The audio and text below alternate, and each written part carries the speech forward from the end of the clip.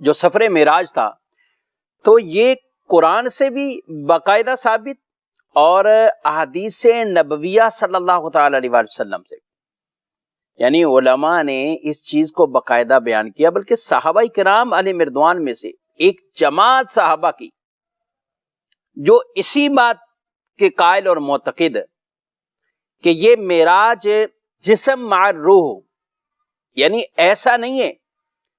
کہ یہ صرف کوئی روحانی سفر تھا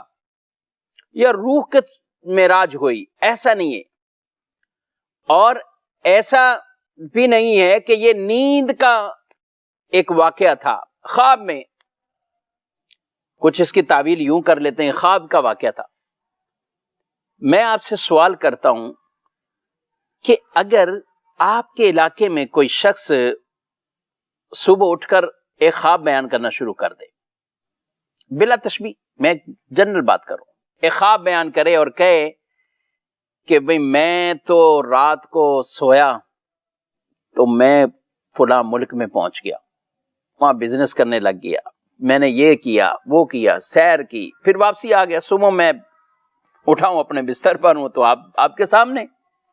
کیسے ممکن ہے کہ ایک رات میں تو فلاں ملک میں چلا گیا، سیر بھی کر کے واپسی آ گیا؟ کیونکہ سامنے والے کو پتا خواب سنا رہا ہے۔ اچھا، جن کے ذہنوں پر مکہ مکرمہ، مدینہ منورہ یہ تصورات رہتے ہیں تو وہ خواب میں بھی یہ زیارتیں کرتے رہتے ہیں۔ اب اگر کوئی یہ کہتا ہے بھی میں خانہ کعبہ کا طواف کر رہا ہوں، میں نے اپنے آپ کو خواب میں دیکھا، میں مدینہ پاک میں حاضر ہوں، میں نے خواب میں دیکھا، کون سا آدمی اس پر اعتراض کرے گا؟ بلکہ کہے گا بھئی اچھی بات ہے، بشارت ہے،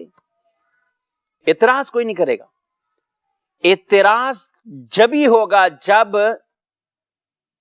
دعویٰ آگے سے مختلف ہو، اور کوئی دعویٰ یہ ہو کہ جسم کے ساتھ، تو رسول اللہ صلی اللہ علیہ وسلم نے اگر کفار کو یہی کہا ہوتا میں نے نیند میں دیکھا، میں نے خواب میں دیکھا، تو کافر شور نہ مچاتے، پھر ایسا معاملہ کہیں نہ ہوتا، پھر آگے اس طرح کے شور مچانے والے، نشانیاں طلب کرنے والے، علامات پوچھنے والے، مسجد اقصی کے بارے میں سوال کرنے والے یہ نہیں ہوتے۔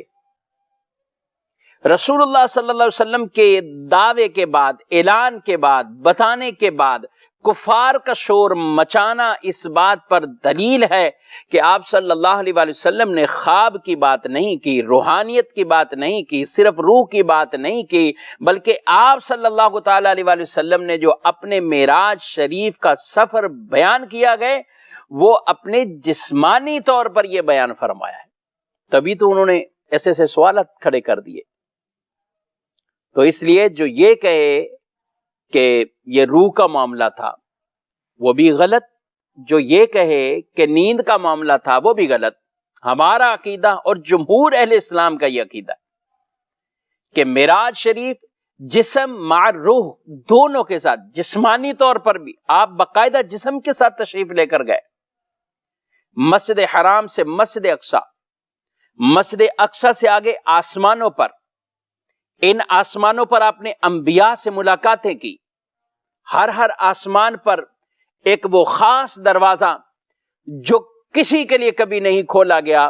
وہ دروازہ ہے ہی اس کام کے لیے، اس کے پر جو دربان کھڑے ہوئے وہ ہے ہی اسی کام کے لیے کہ جب محمد مصطفیٰ صلی اللہ علیہ وسلم معراج کے لیے آئیں گے تو وہ پوچھیں گے ہاں کون ہے؟ جبریل سے پوچھا گیا کہ آپ کے ساتھ کون ہیں؟ تو کہا میرے ساتھ محمد صلی اللہ علیہ وسلم،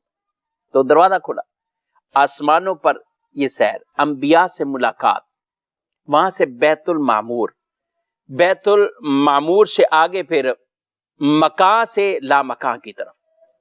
یہ مزید آگے ترقیاں آپ نے فرمائی، اور یہاں تک کہ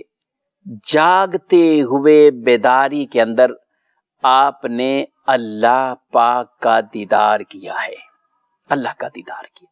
یہ رسول اللہ صلی اللہ علیہ وسلم کی معراج ہے، یہ جمہور اہل اسلام کا عقیدہ ہے، یہ اکابرین صحابہ اکرام علیہ رضوان کی یہ رائے اور وہ اس پر معتقد تھے،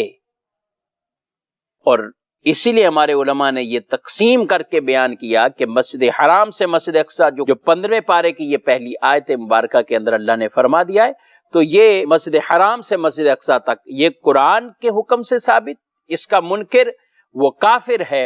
اور اگلا جو سفر بیان فرمایا کئی صحیح